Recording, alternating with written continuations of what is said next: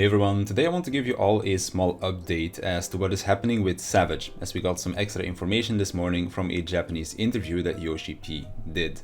The interview had a lot more information than just Savage, but they will most likely go more in depth about the other stuff in the live letter, so I want to wait until that one has happened before I make a video on the other information that was talked about. However, for Savage we pretty much have the full picture now. So, as we know, Savage is going to be delayed by 1 week, meaning that you have normal mode and all of the other usual content come out on day 1, and then 1 week later we get Savage. Initially, there was some speculation if this would mean that crafted gear and tombstones would also be delayed by a week, but that's not the case. So how does this affect Savage? Well, it's going to make things a lot easier. So what can we do to prepare? First of all, we have a week to farm weapons from the new Extreme Trial, so that will be a nice small damage boost. We also get a whole week to craft our gear, which is a blessing and a curse depending on which side you're on. For those that are raiding and buying their gear, will probably end up being a lot cheaper because prices go down over time. For those crafting and selling the gear, it won't be as fun as they probably won't be making as much gil as they normally would.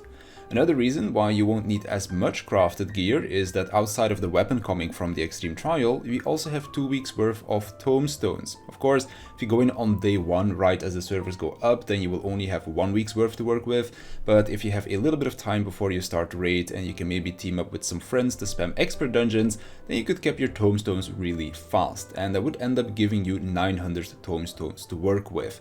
Now, this is actually kind of a big deal, also because we will most likely be able to see all of the gear on the vendors, and while data mining exists, we should also have a more solid idea of what our best in slot will look like and what the best options will be if you're going to be mixing crafted gear with the tombstone gear. So what can we actually buy with 900 tomes? Well, there's a few options, and you should also discuss with your static who the upgrade items go to so that everyone can buy the right armor pieces. So 900 tombstones can get you a weapon plus an accessory, a chest piece or legs, gloves, heads, boost plus an accessory, or 2 accessories. So the best thing that you can do, I think at least, is give your strongest DPS the weapon upgrades. That way they will have an upgraded tombstone weapon heading into the final fight, and then see if any of your other DPS have a chest or legs in their bested slot, and then give them the upgrade item for that. And then the other 2 can get an accessory plus head gloves or boots. I think that is probably going to be the best way to make yourself stronger, although I'm not 100% sure if instead of getting the upgraded chest or legs beats out the upgraded gloves, hands or boots and getting an unupgraded accessory on top of that. Not quite sure about it, but I'm sure that the math wizards will have an answer for that. But it's quite a difference compared to what we would have before. Previously, you could go out of your way to farm the Extreme Trial weapons, but it would most likely eat into your raid time.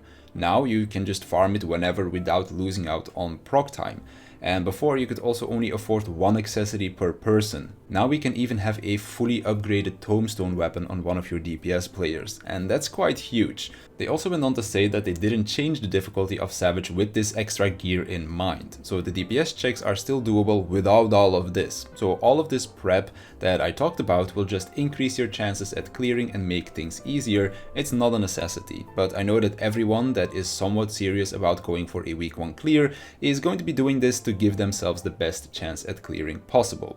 Do I think this is a bad thing? Not really. More groups will clear on week 1 that might otherwise not have been able to clear before, but those groups would have probably cleared week 2 anyways, so it's not that big of a difference. It's not like this is going to make it so that people that usually cleared a few weeks down the line will all of a sudden start clearing on week 1. That certainly won't be the case.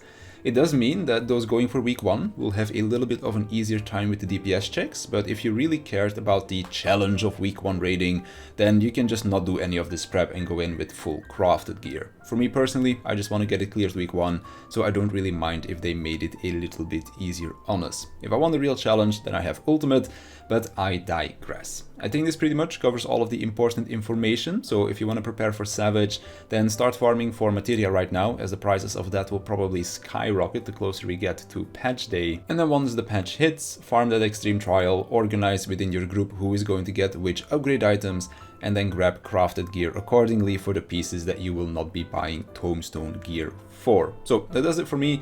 If you get any more information during the live letter, then I'll make sure to update you guys on that, but otherwise this covers everything that you need to know to prepare yourself for our next Savage tier, if you're aiming to get an early clear of course, because otherwise you really don't have to do all of this. And with that, I want to thank you for watching, I want to thank my Patreons for their support, and I'll see you in the next one.